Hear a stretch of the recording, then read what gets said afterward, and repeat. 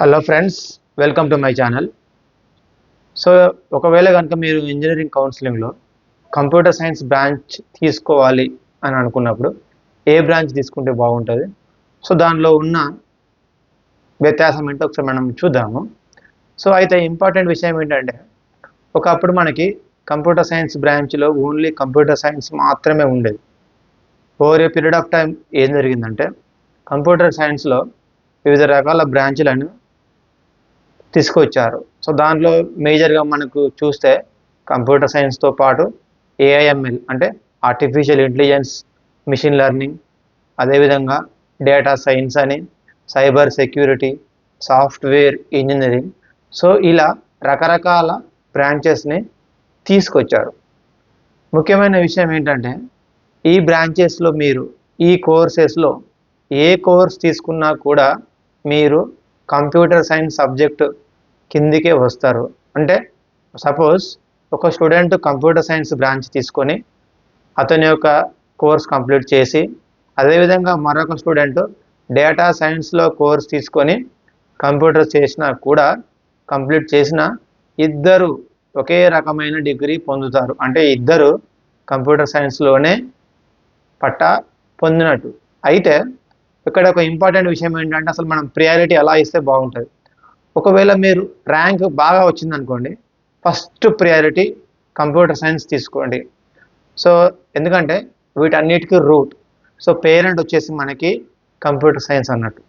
So first మీరు rank కనుక మంచిగా వచ్చినట్లయితే just you go for computer science branch. ఒకవేళ కొంచెం సెకండ్ ప్రయారిటీకి వెళ్ళినట్లయితే మనము ఏఐఎంఎల్ తీసుకోవచ్చు, అంటే artificial intelligence and machine learning. So artificial intelligence, machine learning అనేది సెకండ్ ప్రయారిటీ కింద ఉంది ప్రస్తుతానికి. సో థర్డ్ వన్ వచ్చేసి మనకి డేటా సైన్స్ని మనము తీసుకోవచ్చు. సో ఫోర్త్ వన్ వచ్చేసి సాఫ్ట్వేర్ ఇంజనీరింగ్ని తీసుకోవచ్చు.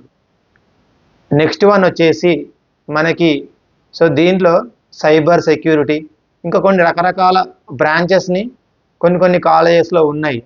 సో మీరు దాన్ని బట్టి మీరు తీసుకోవచ్చు. నేను చెప్పే విషయం ఏంటంటే, ఏ బ్రాంచ్ తీసుకున్నా కంప్యూటర్ సైన్స్ కావచ్చు, ఎస్సీ కావచ్చు, డేటా సైన్స్ కావచ్చు, ఏఐఎంఎల్ ఆర్టిఫిషియల్ మిషన్ లెర్నింగ్ కావచ్చు, సైబర్ సెక్యూరిటీ కావచ్చు, ఏది తీసుకున్నా కూడా ఒకటే బ్రాంచ్ కిందికి మీరు వస్తారు. ఆ బ్రాంచే మనకి కంప్యూటర్ సైన్స్.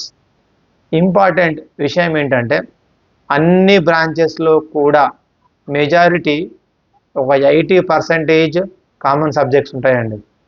కంప్యూటర్ సైన్స్ ఎవరు తీసుకున్నా, అంటే సిఎస్సి కావచ్చు, డేటా సైన్స్ కావచ్చు, ఏఎంఎల్ కావచ్చు, అందరికీ సి లాంగ్వేజ్ ఉంటుంది, అందరికీ జావా ఉంటుంది, అందరికీ డేటాబేస్ మేనేజ్మెంట్ సిస్టమ్ ఉంటుంది, అందరికీ ఆపరేటింగ్ సిస్టమ్ ఉంటుంది. కాబట్టి మీరు దాని గురించి వరీ కావాల్సిన పని లేదు. సో మీ ర్యాంకును బట్టి మీరు దాన్ని ఆలోచించి తీసుకోండి. అన్ని బ్రాంచెస్కి కూడా సమానమైన ప్రయారిటీ ఉంటుంది. మీరు ఏ బ్రాంచ్ తీసుకున్నా ఫైనల్గా మంచి ఒక కోర్స్ నేర్చుకొని సాఫ్ట్వేర్ ఉద్యోగాన్ని మీరు పొందవచ్చు. ఓకే, సో కౌన్సిలింగ్ ఆప్షన్స్ పెట్టేటప్పుడు మీరు ఈ విషయాలు దృష్టిలో ఉంచుకోండి. ఓకేనా? సో ఏమైనా డౌట్స్ ఉన్నా నన్ను అడగవచ్చు, నేను నా నెంబర్ ప్రొవైడ్ చేస్తా.